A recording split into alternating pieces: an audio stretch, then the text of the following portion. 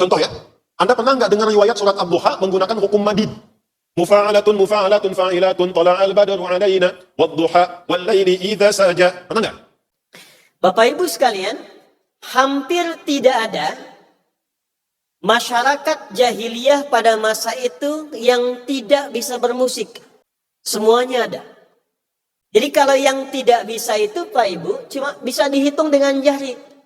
Yang paling utama adalah seorang yang kita kagumi, turi teladan kita, dan memang menjadi Rasul yang paling utama, yaitu Nabi Muhammad sallallahu alaihi wasallam. Wa ma huwa biqauli syair. Ya, bukanlah Nabi Muhammad itu seorang penyair sehingga tidak diizinkan sedikit pun keluar syair dari lisannya. Tapi di kalangan masyarakat jahiliyah itu ternyata syair itu sudah sedemikian menjadi rata dan menjadi tren yang merakyat di kalangan masyarakat sehingga hampir tidak ada satu orang pun kecuali mereka bisa melantunkan syair. Apa kaitan dengan dunia kekinian? Sekarang sudah agak mulai dilupakan. Syarat sesuatu disebut syair yang menjadi bagian dari sastra, itu setidaknya ada 4 bagian, Pak. 1, ada fasohah, kejelasan dalam penyampaian.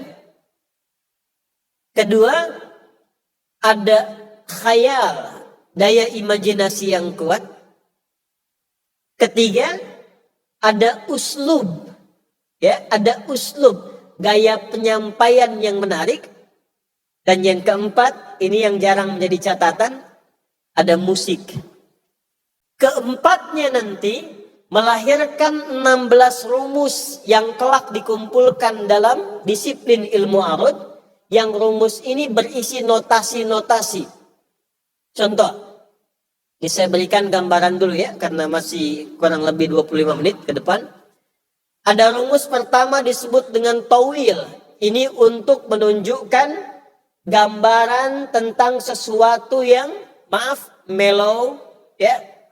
Sesuatu yang agak santai, tapi bisa dikenang. Tawilun lahudunal bukhuri fadailu, fa'ulun mafa'ilun, fa'ulu mafa'ilu. Kifa nabki min dzikra habibin wa manzili bisaqtil wa baina dakhuli fahawmali. Imra'il Qais 150 tahun sebelum kelahiran Nabi jalan ke satu lembah, lihat seorang pemuda. Pemuda ini sedang melamun karena diputuskan pacarnya waktu itu. Anda bisa bayangkan, seorang pemuda diputus pacar, melamun. Lewat seseorang melihat itu langsung bikin syair pada saat itu juga. Itu hebatnya jahiliyah. Ya. Kifa nabki min dzikra habibin wa manzili, cukuplah engkau merenung, cukuplah engkau menyesali diputuskannya engkau oleh seorang kekasih sehingga jauh dari rumah. Bisakti wa bainad dakhuli fahawmali, di tempat hauma, di dekat daerah liwa. Sudahlah engkau move on. Apa enggak ada perempuan lain? Itu baru lewat, lihat, bikin syair. Yang lebih dahsyat, lihat burung bulbul kecil, itu lompat-lompat di atas dahan, di bawahnya ada sungai, samping kembang, dilihat langsung bikin syair. Karena gerakannya lincah dan cepat, dia menggunakan rumus yang disebut dengan rajaz namanya. Mustaf'ilun, mustaf'ilun, mustaf'ilun, mustaf'ilun, mustaf'ilun, mustaf'ilun. Sautus safiril bulbuli, hayyaja qalbi thamili. Al-ma'u wa zahru ma'a zahri lahdul muqali. Fa anta ya sayyidali wa sayyidi wa mawlali. Fakam tayyumudi ghazayilun uqayqali. فطفته من ودة من ثئر هذا الرجل فقال لا لا لا لا فقد غدا مهرولي وولولت ولي ويلدي فقلت لا تولولي فبين اللؤلؤ لي قالت له حين كذا إن ردد المكلي كهتن ككيلني طب لي. Saya mau gambarkan betapa cepatnya waktu itu kemampuan orang-orang Arab bermusik, bikin puisi, bikin sastra, sampai jadi qasidah. Jadi qasidah itu kalau baitnya ada 7. Baitnya ada 7, baru disebut dengan qasidah. Bisa pakai rebana, bisa tidak pakai rebana. Kalau dia datang dari satu tugas, tugasnya panjang, perjuangannya banyak, dan pulang, itu biasanya sambutannya menggunakan bentuk madid, sesuatu yang panjang untuk menyambut satu perjuangan. Mufa'alatun, mufa'alatun, fa'ilatun, mufa'alatun, mufa'alatun, fa'ilatun. Yang paling populer, tala'al badru alaina min thaniyatil. Nah, itu adalah bagian dari sastra. Dari semua 16 ini, kurang lebih yang tadi saya contohkan, maka praktek pada masa itu dibagi kepada 7 segmen utama. Nanti lihat kira-kira yang K-pop ada nggak di situ tuh. Nah, ini maksudnya ya. Jadi pedoman nanti ke depan. 1, ada yang biasa menggunakan rumus ini untuk mabok aja, Pak. Ya. Jadi musiknya dipakai untuk mabok. Ya, jadi kalau sekarang misalnya nasab dari sini jadi diskotik, ya, nah itu sudah ada jahiliyah itu. Dan pusat-pusatnya ada. Suq Uqadh, ya, daerah Taif, Suq Dumatu Jandal. Nanti puncak paling tingginya dia berada di dekat Jabal Qubais, ya, dekat pinggiran Ka'bah. Saya cepat saja. Ini disebut dengan khamriyat namanya. Bagaimana mereka bermusik, musiknya disusun hanya untuk menarik perhatian orang supaya ikut menikmati minuman yang memabukkan. Itu disebut apa? Khamriyat. Ini bagian pertama. Sampai ada yang paling populer yang Bapak Ibu mungkin pernah dengar. Hayyam bina ilal khamri jama'ina walaysa fil khamri musallina. Wa innal waila lil musallina wa laysa li khamrina. Bapak-bapak, ibu-ibu, ayo kita mabok. Karena mabok itu menyenangkan dibandingkan salat. Neraka wel hanya untuk orang salat, bukan untuk orang mabok. Fawailul lil musallin. Celakalah neraka wel untuk orang salat, bukan untuk orang yang mabok. Nah itu sampai begitunya, Pak. Tolong jangan dipotong ya sampai di sini. Ini ada agak masalah persoalan kekinian nih. Itu sudah ada. Ya, jadi ini bagian pertama. Jadi kalau nanti kita temukan sekarang fenomena musik yang menyertakan dengan, minuman keras misalnya, atau turunannya miras santika, itu nasabnya sudah tersambung. Dan informasi saja, kenapa disebut jahiliyah terkait dengan mabuk? Zaman jahiliyah yang paling prematur, paling pemula, itu mabuknya 5 kali dalam sehari. Dan itu belum pakai musik. Belum pakai syair. 2, maaf Bu, ada yang disebut ghazal namanya, ghazaliyat. Itu sengaja ditampilkan musiknya untuk menarik perhatian lawan jenis yang puncaknya zina. Ya. Nanti Anda bisa turunkan lirik-liriknya, yang dari lirik itu, kalau ada seniman bikin lirik menarik hati perempuan dan terjadi perselingkuhan, nah itu sudah ada nasabnya pada jahiliyah. 3, saya agak cepat nih. Lirik-lirik musik yang memang ditujukan untuk menghina dan merendahkan martabat. Bahkan sampai nanti produksi hoax. Jadi orang dulu canggih, Pak, kalau bikin hoax itu pakai qasidah. Pakai musik, pakai lirik, pakai puisi. Sekarang kan cuma bikin gambar besar ditulisin gitu kan. Ya. Dulu orang menggunakan sarana musik itu termasuk sastra di dalamnya, salah satunya kepentingannya menghancurkan martabat orang lain dan memproduksi hoax. Contoh, satu kali Nabi sedang ada persoalan dengan istri-istrinya, Bu. Lalu beliau sementara merenung ke masjid. Diam. Nabi itu tidak mengeluarkan kata, karena kalau keluar kata-kata dari Nabi itu sudah menjadi hukum. Diam.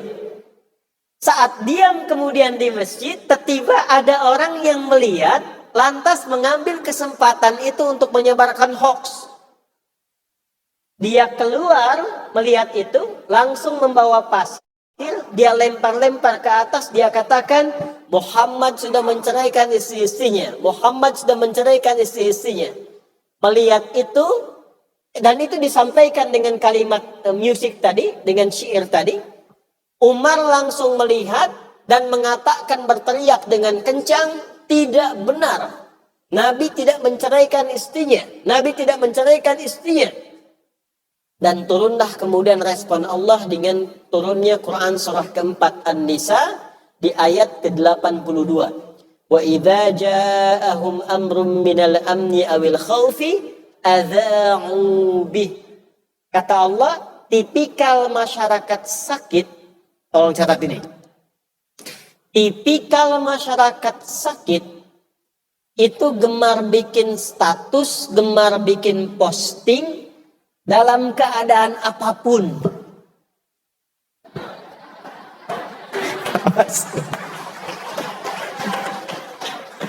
Jadi kalau ada yang sedikit-sedikit update status, baru duduk update status, pemateri duduk update status, belum dimulai foto update status, itu kata Quran tipikal masyarakat sakit. Situasi aman, situasi gelisah, update. Dan problemnya adalah adza'u bi. Adza'u itu dari iza'ah, bisa langsung siaran live. Itu lagi live, tapi yang bentuk. Oke ya. Lanjut. Ini yang mau saya sampaikan. Satu lagi ada yang madah namanya. Madah. Madah itu untuk menampilkan pujian pada sifat-sifat atau kinerja yang dinilai memang profesional dan baik. Contoh, Hasan bin Sabit radhiyallahu ta'ala anhu, Abdullah bin Rawahah radhiyallahu ta'ala anhu, Ka'ab bin Zu'air radhiyallahu ta'ala anhu. Banyak di antara puisi-puisi mereka yang digunakan untuk memuji tuntunan-tuntunan dalam Islam, membela Nabi dalam kebaikan, yang itu konsisten dilakukan. Jadi aliran untuk, maaf ya ibu bapak, yang joget-joget ada, untuk yang mirasantika ada, yang digunakan untuk zina, narik perhatian ada, yang digunakan untuk produksi hoax, untuk mencela, menurunkan martabat, ada. Yang membangkitkan semangat, hamasa untuk berjuang, ada. Dan yang paling menarik, untuk memuji dan memberikan nilai positif pun, itu ada. Apa kaitan dengan pedoman kita dan bagaimana respon dakwah kultural Muhammadiyah? Satu kali, turunlah surah Al-Quran yang menunjuk perilaku para pemusik ini. Dan ini adalah inti bahasan kita, dimulai dari sini. Tadi izin yang tadi baru muqaddimah, intinya di sini. Mohon maaf ya, masih ada waktu? Masih ada. Memang kurang adil. Saya ini perjalanan dari Banten ke sini lewat Bekasi sebentar 4 jam, dikasih waktu 40 menit.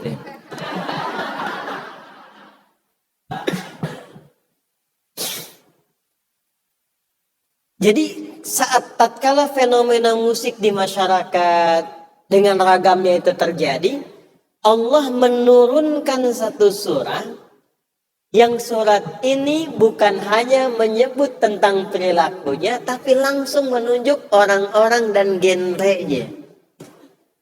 Surah ke-26, surah para pemusik, surah para penyair, surah para pujangga, Asy-Syu'ara.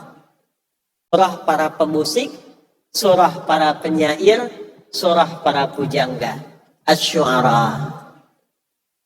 Silakan dibuka dari ayat 223 sampai ayat 227. Quran surah ke-26 ayat 223 sampai 227. Saya agak cepat. Wasyu'ara'u yattabi'uhumul ghawun. Alam tara annahum fi kulli wadi yahimun. Wa annahum yaquluna ma la yaf'alun. Sudah? Wasyu'ara. Dan cobalah kalian perhatikan, kata Allah, para pujangga itu, para penyair itu, ahli-ahli seni itu,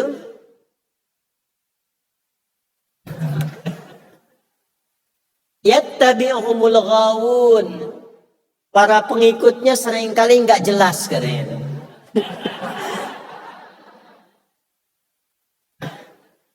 Alam tara annahum fi kulli wadi yahimun. Saking nggak jelasnya, aktivitasnya itu tidak terkontrol. Tambah nggak jelas lagi. Datang ke lembah-lembah cuma cari ilham. Entah apa yang didapatkan, balik-balik bikin syair. Kalau dunia sekarang sudah ada lampu, matikan lampu, nyalain lilin. Sudah ada lilin, ditiup juga.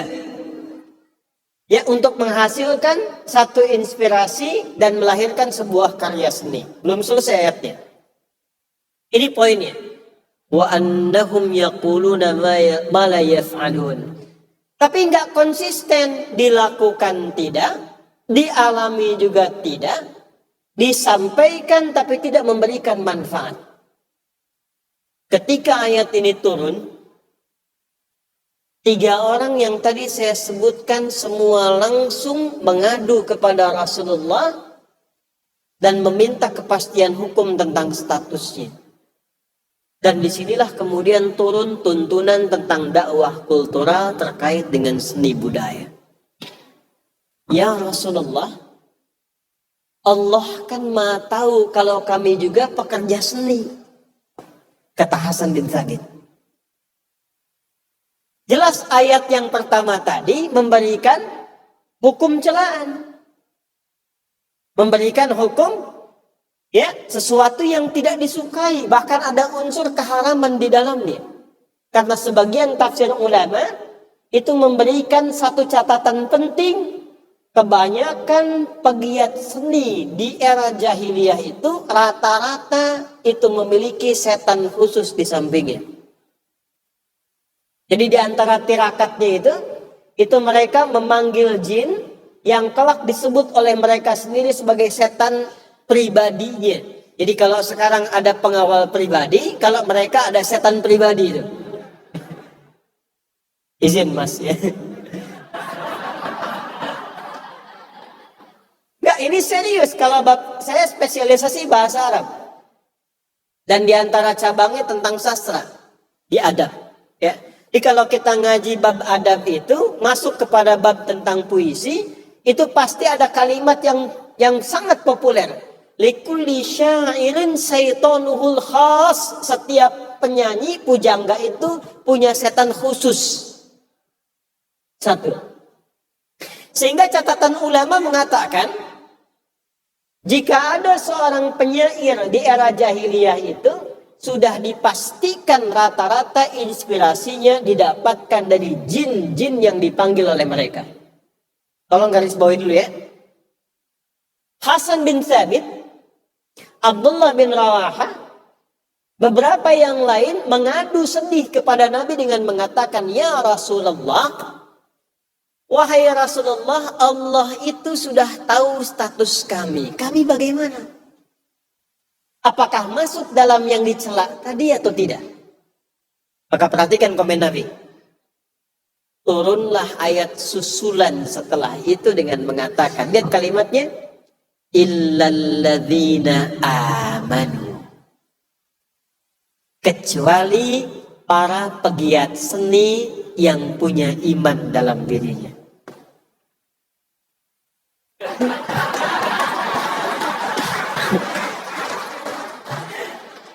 Yang tidak memurtadkan jamaahnya.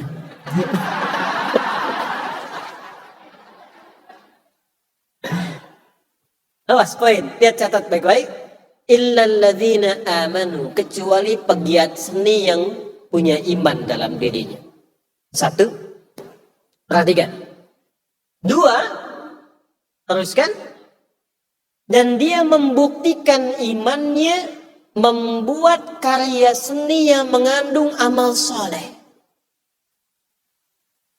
Tiga, karya seni yang memiliki unsur amal soleh ini membawa penyimaknya untuk ingat kepada Allah. Empat, hati-hati, karya seni yang diiringi dengan iman ini dan menghadirkan amal soleh yang dengan itu mengajak orang-orang penyimaknya untuk ingat kepada Allah. Bagian keempatnya, dia gunakan itu sebagai wasilah untuk menyampaikan risalah Islam dan membela kemuliaannya. Empat ya. Maka bila empat ini ditemukan, yang terlahir apa yang kelima? Orang-orang inilah yang akan dipuji dan ditolong oleh Allah dan menjadikan karya seninya sebagai timbangan amal soleh yang memperberat hisab kebaikannya di akhirat kelak.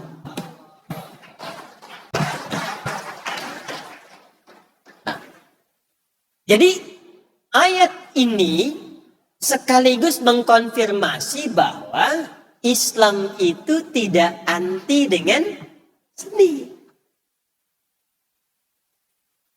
Islam tidak anti dengan seni, karena memang seni itu produk budaya. Dan budaya itu sesuatu yang melekat pada karakter manusia. Jadi tugas Islam adalah bagaimana memberikan respon ketika sebuah karakter membentuk budaya dan kemudian marak terjadi di lingkungan masyarakat. Yang turun justru menarik. Yang pertama kali diberikan respon oleh Allah, diklasifikasikan nilai seni itu oleh Allah kepada dua bagian. Tinggal nanti Bapak Ibu lihat K-pop kira-kira ada di wilayah mana. Supporters masuk yang mana dan cara masuknya seperti apa. Oke? Saya boleh berdiri nggak? Saya semangat masalahnya nih. Oke. Oke, saya mulai begini misal. Tadi masih ingat nggak Bapak Ibu sekalian? Ada berapa ragam tadi seni di zaman jahiliyah? Angkat tangan, angkat tangan. Angkat tangan. 16. Salah? Iya, waktu habis. Waktu habis. Udah. Waktu habis. 16 itu rumus notasinya. Ragamnya ada 7. Padahal tadi kalau benar setiap satu 1 juta. Ya saya serius, cuma karena waktu habis gak jadi. Balik sini. Masih ingat tadi ada khamriyat untuk yang mabuk-mabuk. Untuk yang ngajak zina namanya apa? Ghazaliyat, baik. Terus, kalau untuk merendahkan kehormatan orang namanya apa? Boleh angkat tangan langsung. Waktu habis. Namanya haja. Baik ya? Dan selebihnya kita kembalikan yang baik-baik untuk memuji kinerja, menyifat yang baik-baik. Disebut apa namanya? Madah. Giliran gak ada hadiah betul semua tuh. Perhatikan baik-baik. Yang paling hebat, Quran tidak menolak karya seninya. Tapi mengklasifikasikan wujud produk seninya. Musik zaman itu ada. Notasinya nggak ditolak, Pak. Tidak ditolak notasinya. Tapi yang ditolak itu produk apa yang dihasilkan dari notasi musik ini, apakah dia negatif atau positif? Yang positif diterima seutuhnya, yang negatif diperbaiki dan diarahkan ke ranah yang positif. Jadi sekarang kalau kita lihat misalnya, mohon maaf sekali, dalam K-pop misalnya, saya tidak terlampau banyak menyimak gitu. Ya. Coba lihat liriknya seperti apa. Coba lihat perangainya bagaimana. Apakah ada gerakan-gerakan yang menarik misalnya hasrat tertentu? Jangankan K-pop, ya, dangdut misalnya, itu kan?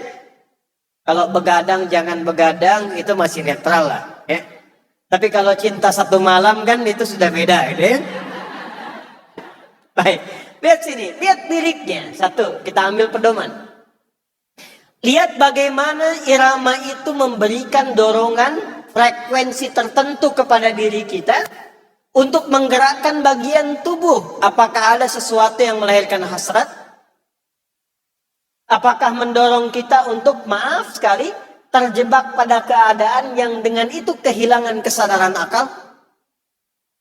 Tiba-tiba kalau dalam suasana sekarang, kalau dulu itu mabuk, sekarang misalnya dugem. Ya, ada musiknya enggak? Nah, itu masuk ke situ. Kalau kondisi K-pop sekarang misalnya, atau genre-genre musik tertentu dekat ke wilayah ini, maka bagaimana tugas kita untuk memberikan nilai dakwah dari sifat dakwah kultural Muhammadiyah untuk meluruskan itu. Yang pertama, bisa nggak dibikin tandingan ya dengan turunan ayat 226 sampai 227 tadi, yang kira-kira bisa menggugah dan mengubah liriknya kepada nilai-nilai kebaikan dengan 5 nilai tadi.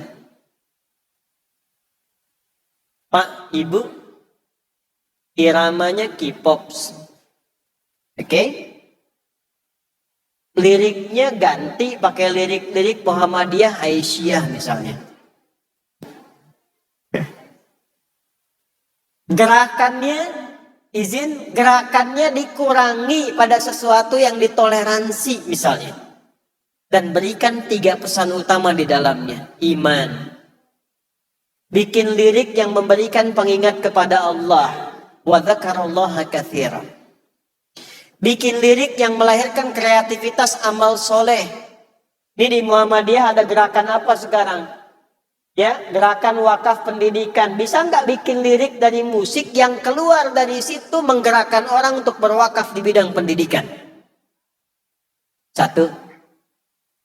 Jadi ketika muncul satu genre, kita membawa nilai-nilai positif tadi dalam frame Al-Quran, tapi poinnya kita keluarkan. Tidak ditolak yang demikian, sifat-sifat ini kita arahkan pada nilai yang lebih baik. Saya ambil contoh begini.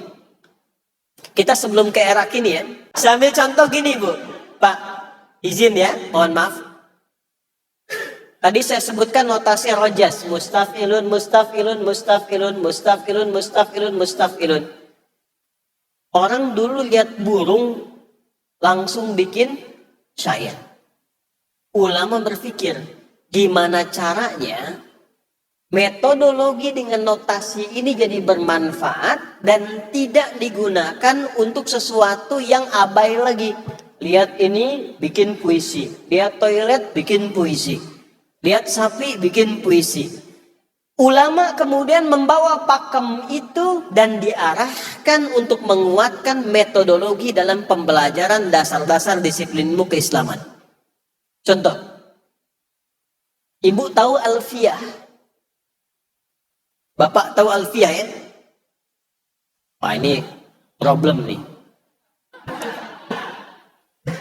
Kita punya berapa pesantren ini ya? Nanti harus disusun kurikulumnya.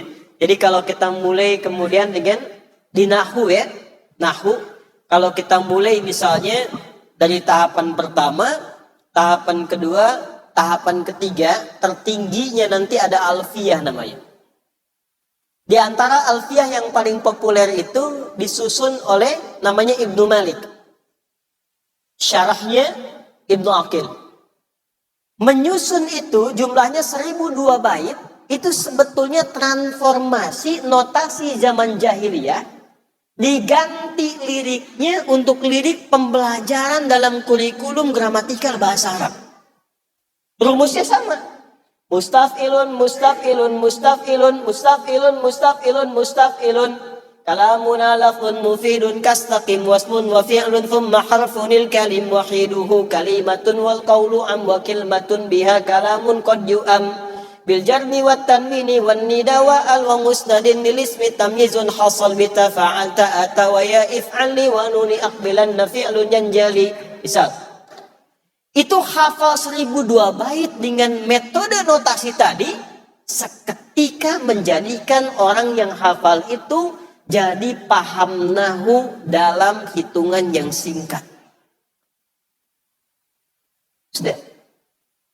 Imam Suyuti ngajar hadis, beliau bikin notasi yang menggunakan 16 rumus tadi. Dipilih salah satunya untuk memperkenalkan nazam dalam bidang ilmu hadis. Asy-Syatibi bikin Syatibiyah, bikin nazam memperkenalkan di qiraat Al-Quran. Jadi ketika 16 rumus tadi di jahiliyah digunakan pada musik-musik yang tidak bermanfaat, para ulama mengalihkannya kepada pembelajaran dalam nilai-nilai keislaman. Jadi kalau sekarang kita keluarkan Pak, melatih haji pakai irama, manasiknya, melatih gerakan sholat, hafal misalnya gerakannya menggunakan irama, menggunakan lirik, itu sebetulnya sudah diperkenalkan oleh ulama kita sejak dulu dengan menggunakan metodologi pendekatan nazam. Nah, problemnya adalah, saya cepat, 1492 terjadi penyatuan Isabella dengan Ferdinand di Iberia. Habis umat Islam di Andalusia, khazanah yang tadi jadi ilmu pengetahuan dibawa ke barat, dikembangkan lagi notasinya, diambil yang dari Persia, dikembangkan kembali, dialihkan lagi kepada musik yang telah ada pada era jahiliyah sebelumnya dengan transformasi yang lebih modern, berkemajuan kalau istilah Muhammadiyah itu. Ya. Jadi kalau yang tadinya kita pakai ke gramatikal bahasa Arab, kita pakai di hadis, kita pakai di ulumul Quran, sekarang balik lagi, notasinya disederhanakan menjadi dal, ro, mim, fa, sod, lam, sin, dal. Kita kenal dengan do, re, mi, fa, sol, la, si. Itu diambilnya dari Persia, pengembangan dari 16 rumus yang di jahiliyah tadi.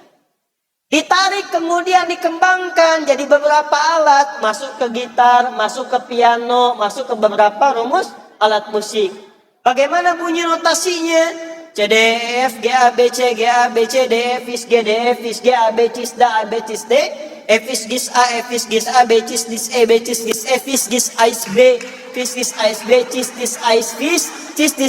D, A, B, C. Dibawalah ke gitar, dibawa ke piano, dibawa ke alat-alat kunci A, kunci G, kunci F, A minor, ya, dan seterusnya. Nah, jadilah seperti apa yang kita saksikan sekarang. Masuklah kepada alat-alat musik. Bagaimana terapan hukumnya? Kembali. Karena alat itu tidak menjadi produk hukum. Bagaimana alat itu digunakan, itu yang kemudian melahirkan sebuah produk hukum. Nah, sekarang kalau misalnya kita balik ke dunia kekinian, bagaimana Muhammadiyah bisa mengolah alat-alat itu? Itu ada drum, parekton, ya kan? Ada piano, ada macam-macam. Itu tidak menjadi hukum. Dimainkan untuk apa itu? Sehingga melahirkan satu produk hukum. Jelas sampai sini? Baik, jadi kita simpulkan bagaimana strategi dakwah kultural Muhammadiyah mengikuti perkembangan genre musik sehingga di dalamnya kita bisa sikapi prinsipnya kembali kepada panduan surah ke-26 khususnya ayat 226 sampai dengan ayat 227. highlight yang ayat 227-nya. Satu, dianjurkan bagi setiap muslim untuk beradaptasi dengan setiap perkembangan budaya yang ada di sekitarnya. Dua, terkait dengan musik, Al-Quran memberikan toleransi sepanjang semua unsur yang terkait di dalamnya, satu, disertai dengan nilai keimanan. Dua, melahirkan karya yang berbuah amal saleh. Tiga, memiliki ciri zikrullah yang mendekatkan penyimaknya kepada Allah. Dan selanjutnya, dijadikan itu sebagai wasilah untuk mengenalkan nilai Islam dan menjaga izzahnya. Jelas sampai di sini? Oke, kalau jelas, saya tutup dengan bagian terakhir. Sudah? Perhatikan baik-baik ini. Ada berapa rumus tadi di zaman jahiliyah? 16. Itu sampai ke era Nabi. Perhatikan baik-baik. Pertanyaan pertama saya sampaikan. Satu, kira-kira Al-Quran itu ada musiknya enggak?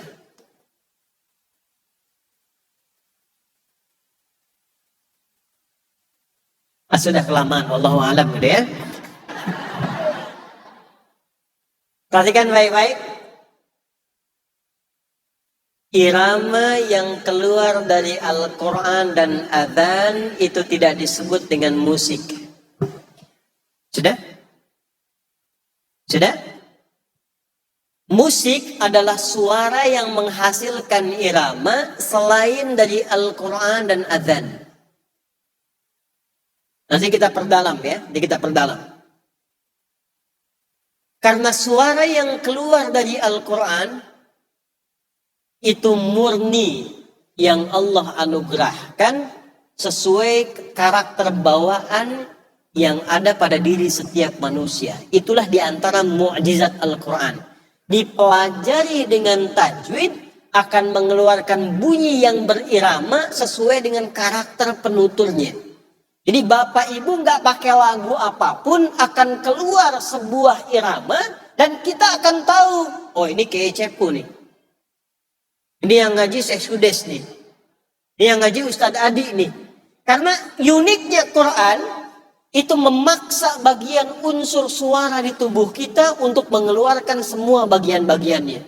Dan ketika keluar itu menjadi kode bagi setiap penuturnya. Itu si fulan, dan memiliki gelombang frekuensi tersendiri kalau kita ingin merisetnya. Ya, ini tugasnya KCP nanti. Silahkan riset sendiri. Ya, nanti kita akan temukan dan semua hadis terkait dengan itu mengonfirmasi itu semua. Itulah sebabnya orang jahiliyah itu tahu bahwa ketika Quran disampaikan ini bukan musik. Makanya mereka nggak pernah kemudian setelah masuk Islam baca Al-Quran dengan irama musik, nggak ada. Contoh ya, Anda pernah nggak dengar riwayat surat Ad-Duha menggunakan hukum madid? Mufa'alatun mufa'alatun fa'ilatun tala'al badru alaina wad-duha wal-laili idza saja. Pernah nggak? Tidak ada. Kenapa? Karena karakternya berbeda. Yang ingin saya katakan, kita menoleransi sesuatu, tapi jangan menggunakan toleransi itu pada hal yang bukan di ruang penerapannya. Contoh, Quran sudah ada irama, tidak perlu menggunakan pendekatan musik-musik budaya. Karena bukan pada tempatnya. Yang ketika dibacakan, justru itu akan menjadi aneh. Ya. Kayak Cepu habis ini ngimamin taraweh, baca menggunakan langgam manuk dadali. Iyyaka na'budu wa iyyaka nasta'in, bubar.